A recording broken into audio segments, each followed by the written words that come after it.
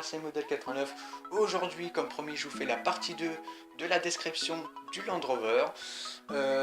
Comparé à la partie 1, je vais décrire vraiment à quoi il ressemblait avant, ce 4x4. Voilà. Parce que dans la partie 1, je décrivais vraiment comment je l'ai modifié. Voilà.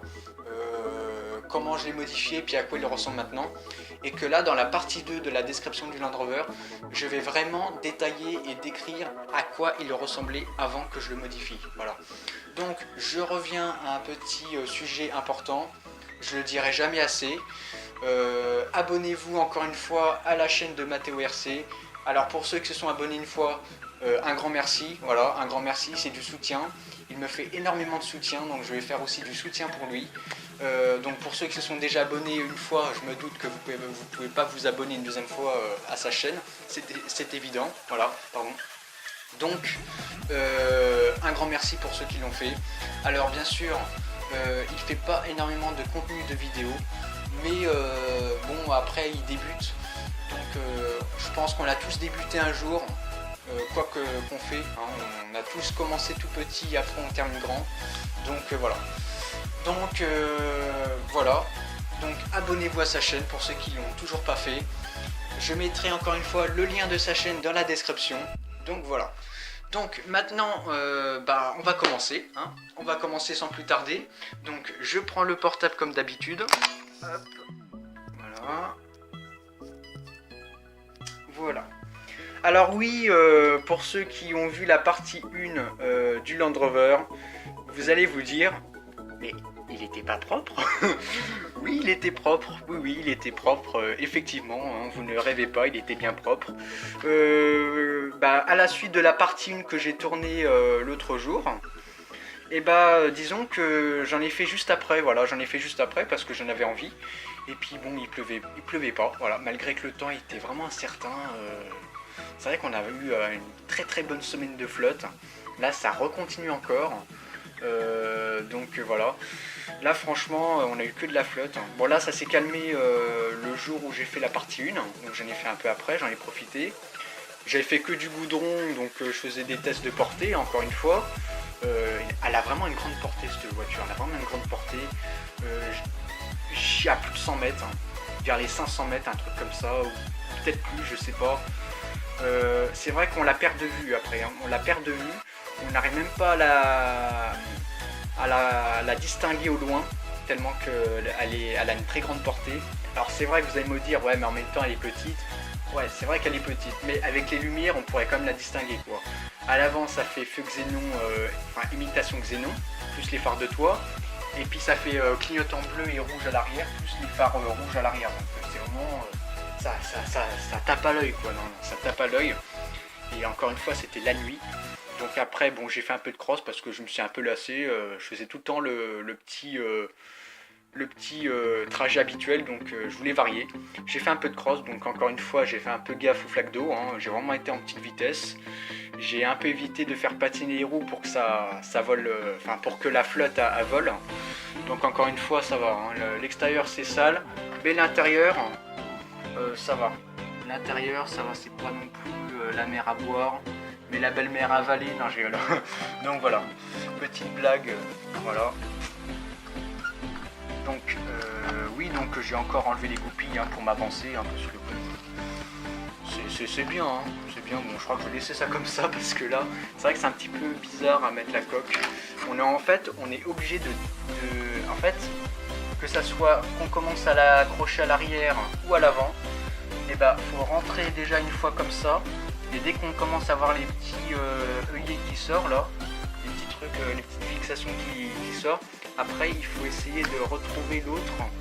C'est pas évident. Bon, je vais pas me bloquer sur ça, hein, voilà, vous avez compris maintenant. Donc voilà comment il fonctionnait. Donc voilà, oui, je reviens à ce que je disais tout à l'heure, donc je vais vraiment décrire à quoi il ressemblait avant. Donc encore une fois, j'ai mis un petit peu quelques objets qui appartenaient à ce 4x4, mais avant que je le modifie et que j'apporte mon effet personnel. Donc oui, ce que je disais hier, les petits coffrets où on mettait les accus, et c'est ça. Donc ça c'était de chaque côté, hein. C'était de chaque côté du véhicule. Alors comme je le disais l'autre fois dans la partie 1, j'avais dit que oui j'avais laissé juste un coffret pour introduire l'ESC dedans, que j'ai collé au double face, et que de l'autre côté je ne pouvais pas parce que bon ça faisait un peu large si je mettais la batterie, donc je l'ai démonté. Donc de chaque côté vous avez des espèces de petites pattes, voilà, où les vis se vissent dessus. Donc on les voyait l'autre jour, hein, on voyait encore l'endroit où il était. Et donc du coup j'ai mis un petit plancher que je reviendrai tout à l'heure dessus parce que bon j'ai pas bien décrit comment je l'ai fait. Donc voilà, je reviendrai ça tout à l'heure dessus. Voilà, donc ça c'était pour les accus, hein. Ce qui était vraiment bizarre sur ce 4x4 en fait, c'est qu'on pouvait mettre la batterie du côté qu'on veut. Donc voilà, bizarre, mais c'est comme ça. Voilà. Et ça en fait, qu'est-ce que c'était? C'était la carcasse du circuit 2 en 1 que je ne vous recommande pas encore une fois.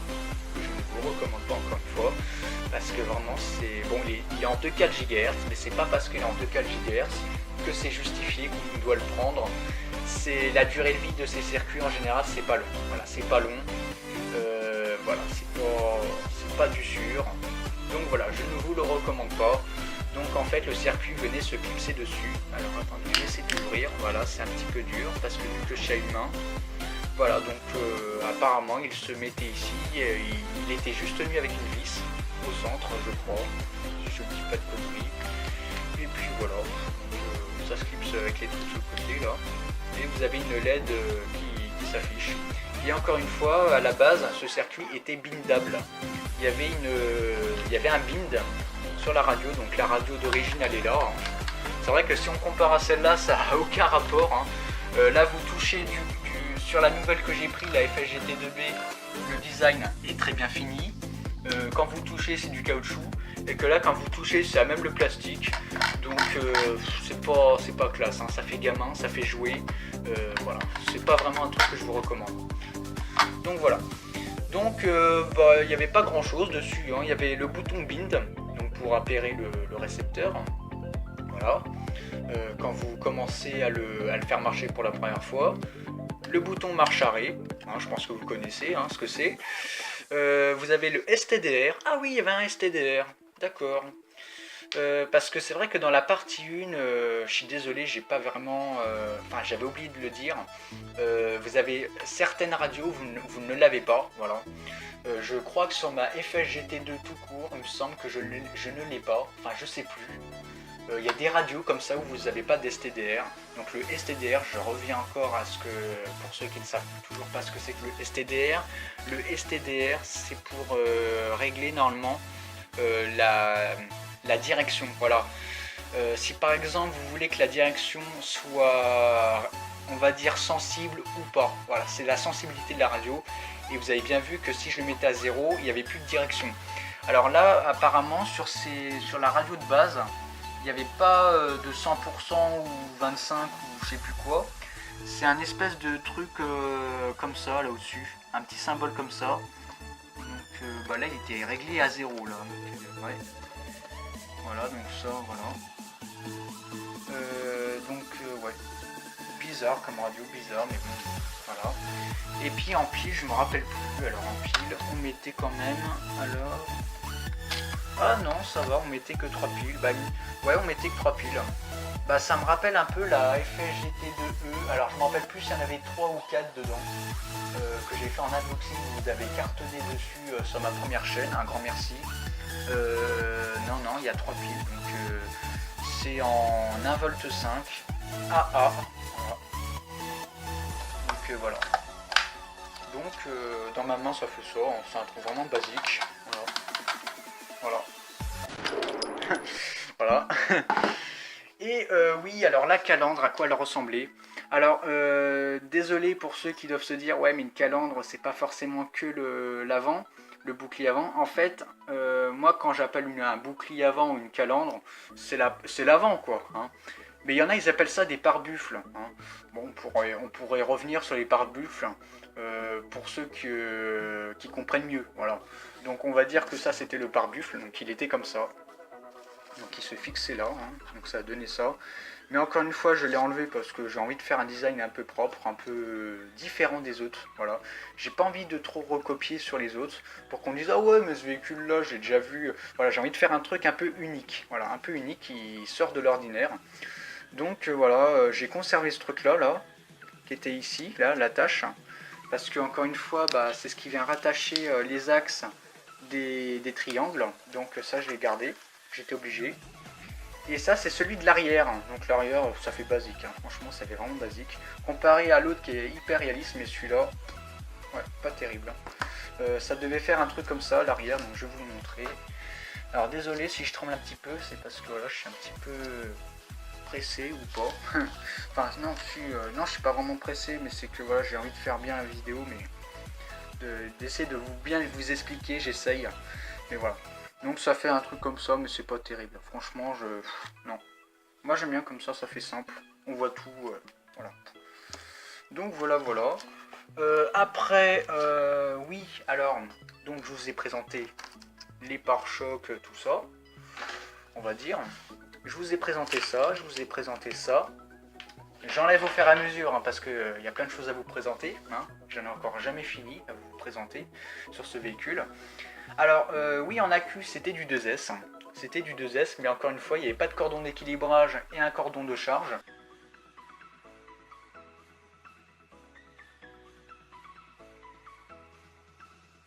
C'était une fiche bizarre un petit peu, alors qui est un peu connue dans les véhicules un peu bas de gamme. C'est une fiche noire, donc je sais pas si vous voyez, il y a 3 fils. En général, moi sur la batterie que j'avais, sur celui-là, vous avez le fil blanc, donc le fil qui va équilibrer, je crois. Le plus c'est le nom, donc rouge, noir. Et donc c'était juste une petite simple batterie en 2S. En ampère-heure, il n'y avait pas beaucoup, il y avait très peu. Bon, en général, c'est rare d'avoir des batteries qui vous donnent au début qui sont puissantes, enfin qui tiennent. En général, les véhicules que vous achetez au début, que ça soit du bon ou du sûr, ils vous donnent des batteries qui durent pas trop longtemps, quoi. Donc voilà. Après, c'est suivant vos moyens, si vous voulez mettre plus d'autonomie. Mais voilà. Et elle se rechargeait en USB. Donc là, je tiens dans les mains le chargeur. Alors je ne pourrais pas encore vous montrer la batterie parce que la batterie, je l'ai mis sur le fourgon. C'est la batterie, encore une fois, qui faisait marcher les phares, que j'ai mis tout à l'arrière. Donc pour ceux qui m'ont suivi jusqu'à la première chaîne. Donc c'est cette batterie-là que je me sers encore maintenant pour le fourgon, pour allumer que les phares. Voilà. Et ça, c'est son chargeur. Donc la fameuse fiche que je vous disais qu'on retrouve des fois sur des véhicules bas de gamme comme ça, et ben c'est cette fiche là. Alors je sais plus comment ça s'appelle. Elle est comme ça. Donc dans ma main, elle est comme ça. Donc c'est vraiment bas de gamme. Enfin, je sais pas si c'est bas de gamme. En tout cas, bon, ça c'est très facile à décrocher, c'est sûr. Hein. C'est souvent les véhicules bas de gamme où ils font des trucs simples, hein, c'est sûr. Donc voilà. Donc je vous ai montré tout ça, la radiocommande, tout ça. Je vais revenir sur ça, parce que bon, je vous ai montré la vue éclatée l'autre jour, mais je pense qu'il y en a qui sont curieux de voir, pour ceux qui n'ont toujours pas, de savoir comment que c'est présenté. Alors bon, j'ai gardé la feuille de l'ESC, qui est en 10 ampères, voilà. Ça, bon, vous l'avez vu dans l'unboxing, je crois. Voilà,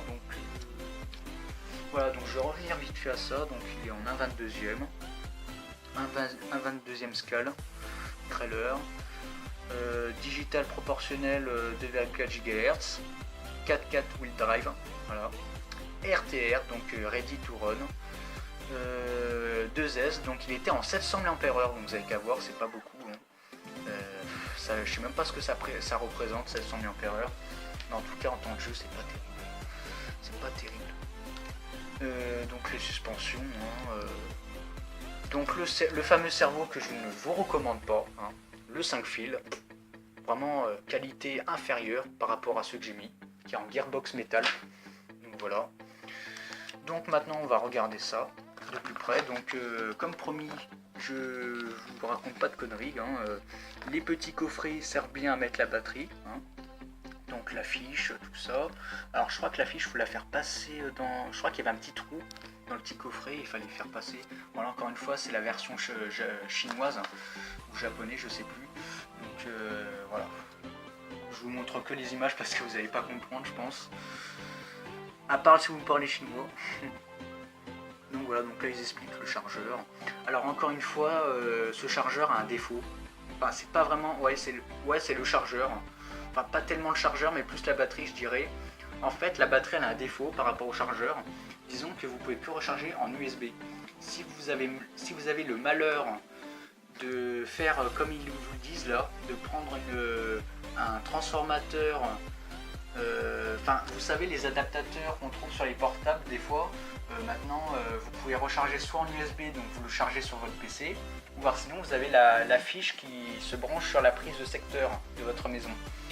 Et bah, si vous faites ça, vous niquez la batterie. Je vous le rassure, enfin, je vous le garantis, ça c'est sûr. Je vous le rassure peut-être pas, mais je vous le garantis. Ça c'est testé et approuvé par moi. J'ai fait plusieurs fois l'expérience et j'ai flingué la batterie.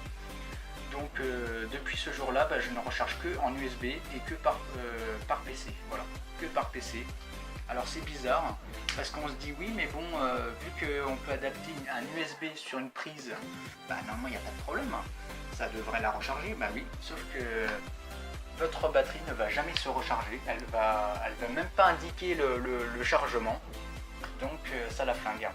Donc si vous rechargez une première fois sur PC et qu'après vous avez le malheur de le recharger sur une prise et qu'après vous rebranchez après de nouveau sur le PC pour voir si ça leur refonctionne, et vous allez voir que ça ne fonctionne pas correctement, quoi. Donc c'est vraiment bizarre. Donc moi du coup je recharge que sur USB. Donc ça c'était avant que je le modifie. Maintenant ça va aller hyper mieux parce que bon, je prends un chargeur adéquat que je vous ai présenté dans la partie 1, pardon. Donc j'utilise de la batterie Li-ion, voilà. Encore une fois, j'avais le choix de le passer en lipo. L'ESC pouvait accepter du lipo, voilà. Donc ça c'était aussi l'avantage sur le nouveau variateur que j'ai mis. Donc voilà, les trucs warning pour les enfants, hein. Ça vous connaissez, hein, ne pas laisser un enfant sans surveillance avec un accu ou voilà. Même pour l'utilisation à l'extérieur, ils le disent. Ne pas l'exposer à la lumière, hein. Enfin pas à la lumière mais au soleil, hein. Voilà. Voilà, je pense que maintenant je peux, hein, vu que j'ai mis un circuit opérationnel. Et puis de toute façon il y a la coque qui abrite, mais bon, ça je pense que ça c'est en rapport avec les fortes chaleurs. Voilà. Après ils vous montrent tout ça. Alors oui, le circuit 2 en 1, je sais plus si je vous l'ai déjà montré, il est comme ça, voilà. C'est ce qui était dans le truc comme ça, là, dans le petit boîtier comme ça. Et il était dedans. Et franchement, je vous le recommande pas, hein. Même s'il est en JST, hein, je vous le recommande pas. Sincèrement, c'est vraiment du bas de gamme, c'est même pas du modélisme, c'est du jouet. Voilà. Donc ça c'est la radio, hein. Il vous explique un peu, donc du 3 fois AA en 1,5 V. Bon, moi j'utilise du 1,2 V pour... j'utilise des piles rechargeables. Enfin non, même pas sur cette radio, parce que c'est une accu qui est dedans, en 1S, pardon. Et que moi sur mes autres radios, oui c'est du pile rechargeable que j'utilise. Voilà, c'est pratique, ça se recharge et puis voilà, on est tranquille. Donc voilà, donc la trim, le STDR, le power switch, le bind, voilà, pour binder, appairer le récepteur. Et ça, ça c'est pour ceux qui ont la version pile, qui vous montre encore. Et que l'autre c'était la version batterie que je vous montrais tout à l'heure, mais là c'est la version pile, parce qu'elle existe aussi en version pile. Alors moi j'ai pas testé, mais apparemment c'est la même puissance. Enfin voilà. La direction.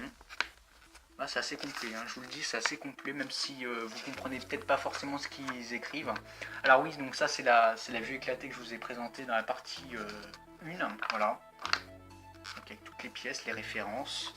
Donc je vous recommande vivement de garder ça, parce que pour tous vos véhicules que vous achetez, que ça soit du bas de gamme, du supérieur ou du haut de gamme, gardez toujours votre documentation, ça peut vraiment vous sauver. vraiment le véhicule aussi, hein, ça peut le sauver aussi. C'est surtout ça. Donc encore une fois, c'est vachement illimité sur ce véhicule. C'est peut-être pas illimité sur d'autres véhicules, mais voilà. Donc après, bah, vous avez la version, hein, vous avez 4 versions. Donc vous avez la NO.BG 1511 A, donc en black. Donc moi c'est celui-là que j'ai. Voilà, c'est celui-là. Donc qui est là. Vous avez aussi la NO.BG 1511 C. Donc celui-là il est orange. Hein.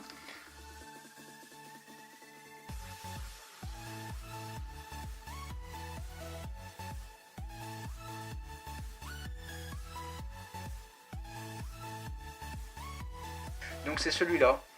Donc il est pas mal aussi, hein. Franchement il est pas mal. Donc en même temps je vous fais carrément la description de la boîte.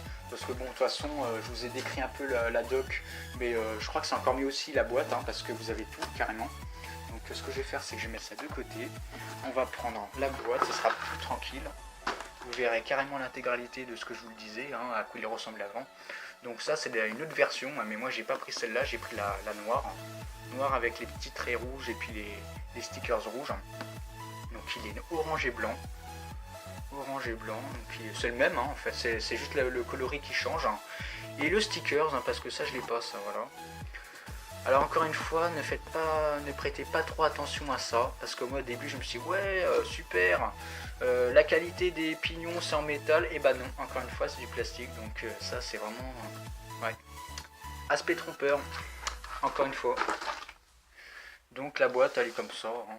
Voilà le brave Desert Buggy 1 22e avec speed en 2.4 GHz, remote control system off electric car de la marque Subotech, voilà. 4x4 4-wheel drive. Il allait à plus de 40 km/h, donc c'était comme du bon. Vous avez un petit QR code là. Là vous avez une petite description en anglaise là.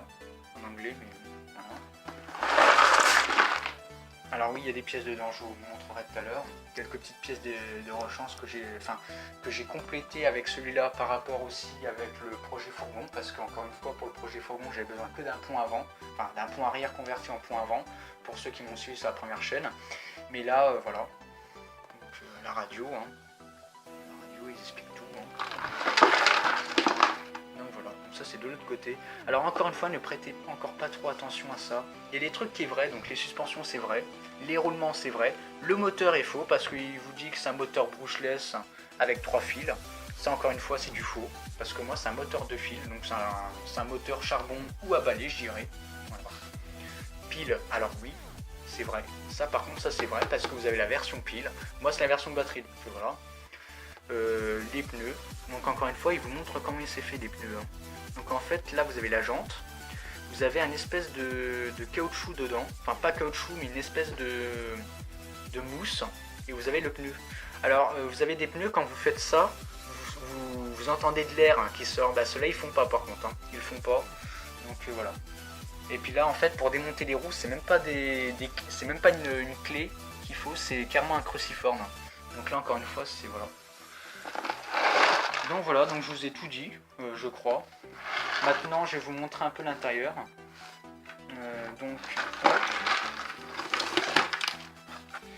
Donc la preuve que j'ai racheté un cerveau merdique, comme je le disais dans la partie 1. Ça c'était la petite pochette, hein, le petit sachet qui composait le circuit bas de gamme.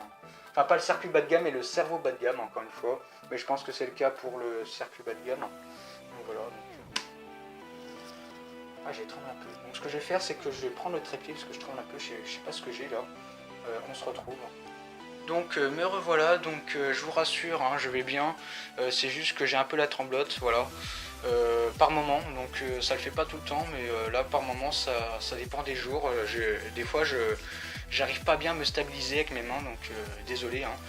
Donc ce que j'ai fait c'est que j'ai mis mon trépied pour qu'elle soit stable la caméra, parce qu'encore une fois je filme avec mon trépied fait maison que j'avais fait dans ma vidéo, ma toute première chaîne YouTube que j'ai fait en vidéo, voilà, en tuto. Donc voilà. Donc je vous montre un peu tout ça. Donc là je crois que ça c'était les vis, et vous avez une pièce de membrane que j'avais pas vu, donc ça c'est bien parce que je peux en avoir de rechange. comme ça, d'accord. Alors ouais, bon bah là ça c'était l'autre 4x4, parce qu'en fait faut savoir que j'en avais deux, voilà. Alors pour ceux qui veulent savoir l'histoire de ce 4x4, en fait c'était vraiment du involontaire encore une fois, parce qu'en fait j'avais vu ce 4x4, j'avais repéré ce 4x4 sur Geek, mais encore une fois je ne l'avais pas commandé. Enfin c'était au tout premier, c'était au tout début où je commençais à connaître Geek pour la première fois. Parce que bon, c'était mon demi-frère qui m'avait recommandé ce site, et encore je le remercie parce qu'ils font quand même des bons trucs, pas chers, mais des fois qui sauvent bien la mise. Donc ça c'était au tout début où que je commençais à commander sur Geek. Et parfois, bah, sans que vous faites attention, des fois ça peut le commander sans que vous le voulez. Donc enfin je sais pas comment que ça se faisait, mais voilà. Peut-être que c'était moi, mais je suis arrivé avec deux colis identiques, donc je me suis dit, ah, il y a un petit truc là, je crois, il y a un petit problème. J'ai tenté à le ramener, le colis, mais même la postière, elle n'arrivait pas à trouver l'adresse, parce que Geek, ça doit être dans les pays de Chine, tout ça, donc ils n'arrivaient pas. Donc je me suis dit, ouais, c'est pas la peine, s'il faut que je repaye plus cher pour le ramener, c'est pas la peine. Donc du coup, je les ai gardés. Il y en a un que j'ai converti en traction avant, donc pour le projet fourgon, il apparaît dans ma première chaîne YouTube, et le deuxième que j'ai resté sur du 4x4, voilà. Je suis resté sur du 4x4, donc vous avez encore des pièces qui appartenaient sur l'autre. Enfin, ça fait un petit peu des deux, mais voilà. Donc les cardans, hein. Bon, c'est en plastique, mais c'est encore un plastique très costaud, hein, voilà. L'apparence est trompeuse, encore une fois. L'apparence est trompeuse. Donc vous avez encore un cardan là, des petites membranes de direction. Et alors par contre, les cardans des roues sont en plastique, par contre l'arbre de transmission est en métal. L'arbre de transmission est en métal, donc c'est une petite tige assez fine, avec un bout plat au bout, pour que ça s'adapte au pignon. Et non, franchement, ouais, non, j'ai pas eu de problème. Encore une fois, j'en ai un de rechange au cas où, mais pour le moment il marche bien. Ça, je crois que c'était un fil, c'était un câble à 5 fils qui appartenait aussi à un cerveau. Donc encore une fois, hein, c'est voilà. Et j'ai oublié de préciser, quand vous l'achetez ce 4x4, il vous fournit des clés. Il vous fournit une clé Allen avec des goupilles de rechange, je crois. Parce que vous avez déjà des goupilles, hein, vous avez déjà 4 goupilles qui sont déjà dessus, je crois. Mais il vous offre encore 4 goupilles si vous les perdez. Donc ça, c'est vraiment bien. C'est vraiment pratique. Maintenant, ils font des 4x4 comme ça. Voilà. Donc ça, ouais, ça c'était les billettes, je crois, de direction. Et puis quelques vis encore, donc je vais pas trop vous ennuyer avec ça, hein. Vous voyez à peu près que j'ai tout. Jusqu'aux membranes de direction. Voilà, au cas où si je les pète. Et pour le moment, j'ai pas de problème. Donc voilà, donc je vais mettre pause et on se revient au décor pour la fin, donc voilà. Donc me revoilà, donc j'ai décidé de faire un petit truc avant de vous quitter. Je vais vous montrer un truc que je n'ai pas pu vous montrer dans la partie 1, enfin je vous l'ai montré entre guillemets, mais disons qu'il n'y a pas eu de batterie. Donc là, bon, il n'est pas chargé à fond la batterie, hein. J'ai pas trop eu le temps de la recharger. J'ai même oublié de la recharger la nuit, mais bon, voilà. Donc il n'y a pas besoin de la recharger à fond pour montrer la direction. Donc voilà. Donc je reviens à ce que je redisais. Donc on allume toujours la télécommande en premier, à retenir. Le récepteur après, donc l'ESC, hein. Donc voilà, hein. Bon éclairage hein, quand même, hein. Bon éclairage. Donc ce que je vous disais dans la partie 1, hein, le dispositif réfléchissant. Alors je sais pas si on va bien voir. Ouais, on peut faire déjà un test comme ça.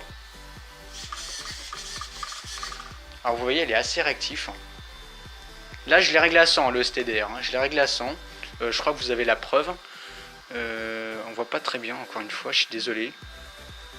Je pensais qu'on allait voir, mais le STDR, on le voit pas très bien. Mais là, il est réglé à 100, là, hein, ici. Hein.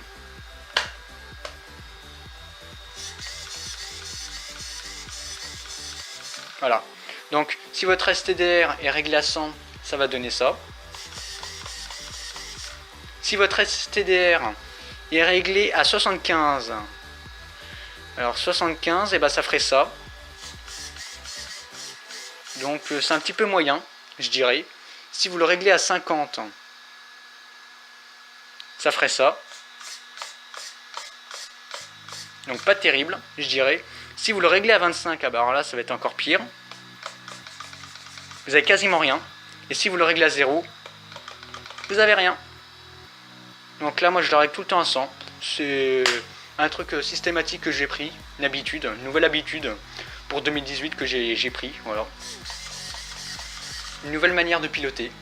Et encore une fois, je ne vais pas accélérer parce que sinon il va partir tout droit. Encore une fois, c'est une vraie bombe.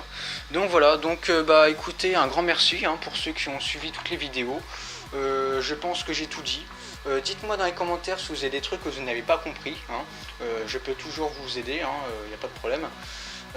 Après, bon, je recommande vivement ce récepteur, enfin, qu'est-ce que je raconte, ce servomoteur, pardon, le ES08MD2, voilà, de IMAX. Donc prenez-le, franchement, pour ce modèle-là, c'est vraiment un truc que je recommande. Alors après, ne vous attendez pas qu'il s'adapte sur le circuit merdique, parce que c'est du 5 fils, donc ça n'ira pas dessus. Donc vous êtes obligé de voir après par la suite un récepteur et un ESC, donc prévoyez, voilà, prévoyez à l'avance une radio, un récepteur qui est fourni avec, parce que vous pouvez avoir l'un ou l'autre, mais à part, un ESC de votre choix, mais encore faites gaffe, il peut y avoir des conséquences. Voilà, ne vous attendez pas que non plus ça soit la Formule 1 ou la Formule 2. Donc voilà, donc sur ce, je vous laisse et à très bientôt.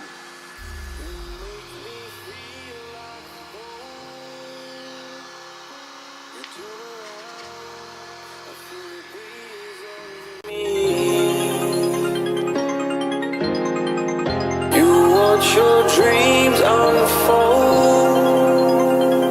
Let it come around and let it breathe. En fait, j'ai oublié, pour ceux qui auraient pas remarqué dans la partie 1, j'ai un peu éteint n'importe comment. Enfin, l'émetteur, juste l'émetteur, mais c'est pas grand chose, mais ça peut faire grand chose. Enfin, ça peut faire beaucoup de choses. Donc, éteignez d'abord le EC, enfin le EC, le variateur, ça veut dire la même chose. Après, vous débranchez la batterie, parce que il peut être, disons que même si vous éteignez que le EC et qu'il est toujours branché, le problème c'est qu'après lui il est toujours sous tension, il est toujours sous tension par rapport à l'ESC et au récepteur, donc c'est une sécurité, encore une fois, c'est une sécurité, on n'est jamais très prudent. Et après, une fois que vous avez fait tout ça, vous pouvez après, alors, si je vais y arriver, hop, on va mettre le genou, et on éteint. Allez,